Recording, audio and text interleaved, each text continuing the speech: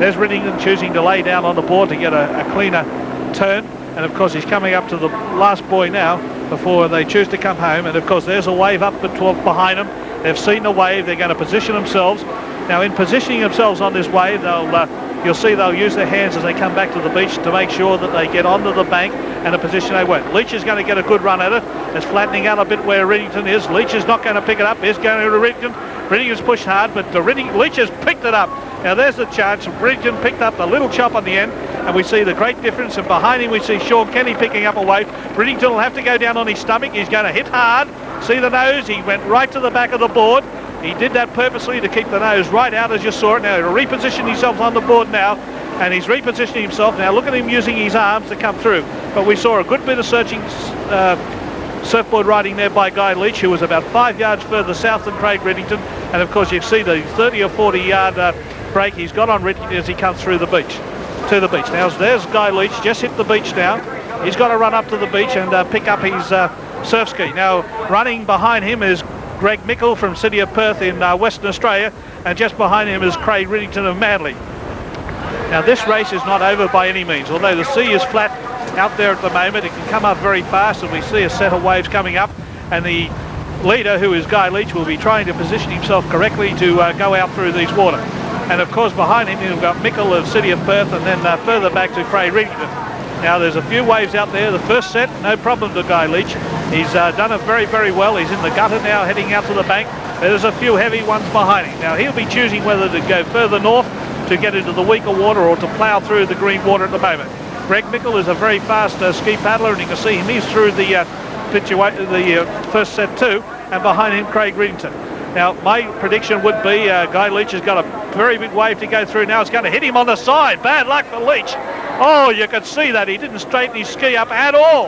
And of course he went over, and that was bad surfing. He should have had his nose right into the wave, and Greg Mickle of City of Perth has taken over. Behind him Craig Riddington, and Riddington and Mickle will get over this one. Mickle will get over, but it's going to be, is he going to get over? It's going to hit him hard, and he'll be able to stay on it. Behind him will be Riddington, but Mickle and Rickety look like they're going to get to the green water. And there's how interesting surf lifesaving is, because the lead can change so many times in such a short period of time. Well, and of course Mickle is out there now. Shows you how lucky Leach was there, because the biggest session of the day came up and Leach had a big lead. He ran into that big session, he got knocked over, and that's changed the whole complexion of the race. Yes, of course Mickle has now got a very good run on it. He's out there in front, and behind him is Craig Riddington of Manly. Behind him we've got another City of Perth competitor who is going very, very well. And City of Perth, most certainly, that must be Naylor of City of Perth, who's paddling very strongly into third place, and behind him we see Warrie Wood, and further back to Julian Taylor and Guy Leach. But most certainly out there in front it's Greg Mickle of City of Perth, and what a pleased effort he would be for himself. But the interest is going to be in the return back to the beach. These craft are so fast that any one of them can pick up a wave, and the interest will be in the positioning of each one of them on the wave. Now there's a slight wave behind the competitors at the moment. Mickle has positioned himself where Guy Leach was. The first chance of having a go at a little swell will be Craig Riddington. We can see him pushing very, very heavily there. He's most certainly put himself onto it.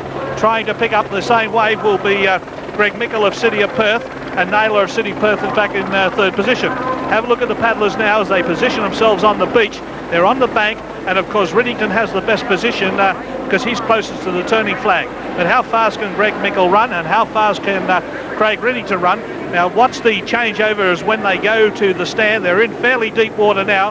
They've got about 20 metres to go before they decide to stand, and then they'll start the run. The sprints are being put in. Mickle's got the shallowest of the break, and of course Riddington is running very nicely too. Have a look at Mickle as they both of them come through the choppy little sand tunnels there. It's anyone's race. It's Riddington has got the best of it at the moment around the flag, as we predicted on the change.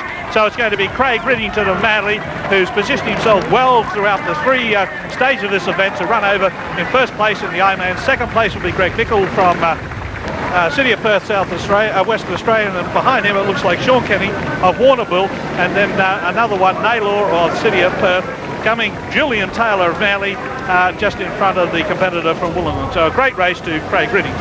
Now, that was an excellent Ironman race, and going back to the changeover from board to ski, I thought that Riddington showed a bit of local knowledge, whereas Mickle tried to get up and run in over knee-deep water. Now that effort of running just that 20 metres while Riddington was sitting on his board, I think was the difference in the race at the end, because you've got to know the conditions, don't you, John? Now Mickle all the way from the other side of Australia, where you don't get these flat sandbanks over there. Well, it's the quality of the changeover and picking the ways to go in and go out. And it's interesting because Craig Riddington for the last year or year and a half has not had many lucks going with him, but today he most certainly made his own luck, and he's turned up the winner for the event. So there we see the both ski paddlers now positioning themselves ready for the changeover onto the running leg of the race. And have a look, Mickle's in knee depth of water, Riddington is in ankle depth of water.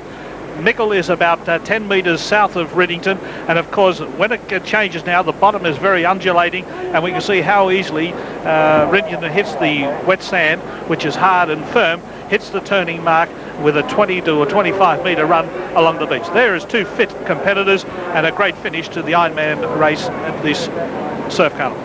Well, John Donoghue, as the winner of 3 Australian surf titles, has been in that situation many, many times during his career, and you saw it there that the swimmer, when he gets up to run, or the paddler, must lift his feet out of the water.